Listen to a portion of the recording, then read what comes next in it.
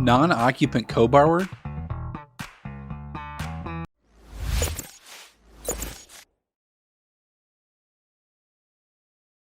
Hey, what's up everybody? It is Jeff Javarthan, Jeff the Mortgage Pro. Thanks so much for watching. I really appreciate when you guys like and comment on my videos. It sure helps me move this channel forward for you so that I can get my message out to more people. And that message is education and information for all things about mortgage. So thanks so much for watching. Today we're going to talk about non-occupant co-borrowers. So let's start off and define what a non-occupant co-borrower really is. It's actually a person who is going to be co-signing on a loan for you, but they're not going to live in the property in which the person is buying. So oftentimes this happens when children are buying homes and they don't have enough income to qualify. They may need to use their parents' income to help them qualify for a home. It happens the other way around too when you have children who are helping their parents qualify for a home. But a non-occupant co-borrower is someone who's not going to live in the property, but they're helping you qualify for the loan. So that's what a non-occupant co-borrower is.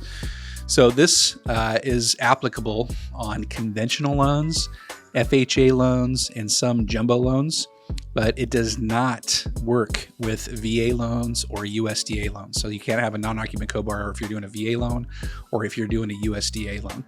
So essentially what we're doing here is using that person's income, but we also have to use their assets, their credit, and their liabilities as well when we're using a non-occupant co-borrower to help increase the purchase price of a property. So that's oftentimes the way that we'll see the non-occupant co-borrower used. Sometimes they have better credit than the primary borrower, and sometimes in certain instances on certain loans we can use that higher credit to help us out. And then oftentimes, like I said, it's the income that they have that helps us qualify for a bigger loan that we need to help buy the property. Okay. So just remember that if you are going to be a non-occupant co-borrower for anybody, so if you're the one that's going to be signing on the loan as a non-occupant co-borrower, you are obligated on that debt. So if we were to pull your credit report after that mortgage loan had been done, you would actually show up as a mortgager on that particular property that that person was buying. So it's gonna be stuck with you. So here's a stipulation that comes up oftentimes, and I want to make sure that I make it clear for you. So let's say you're a non-occupant co-borrower for somebody. Maybe your brother is buying a property and you're going to be a non-occupant co-borrower on that property with them. And you don't own your own house yet. So let's say this year you help them qualify for a loan. You go on the loan as a non-occupant co-borrower, and now you're obligated on that debt.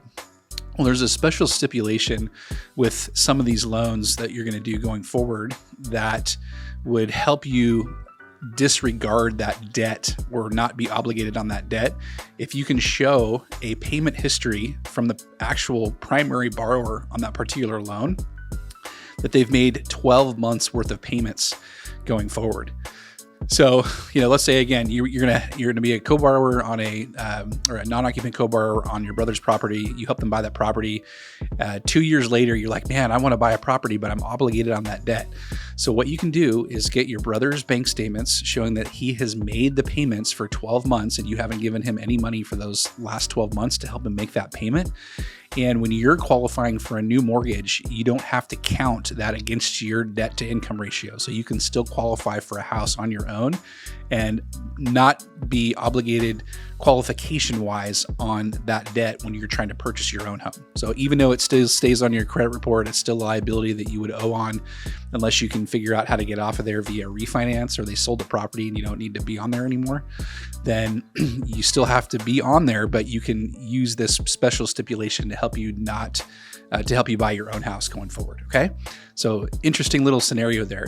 If you have any questions on this, if you are a non-occupant co-borrower or you have co-signed on a property in the past and you're trying to buy your own home, I would love to chat with you more about this and help you to be able to get your next property or help you figure out how to get off of that obligation in the first place. Okay.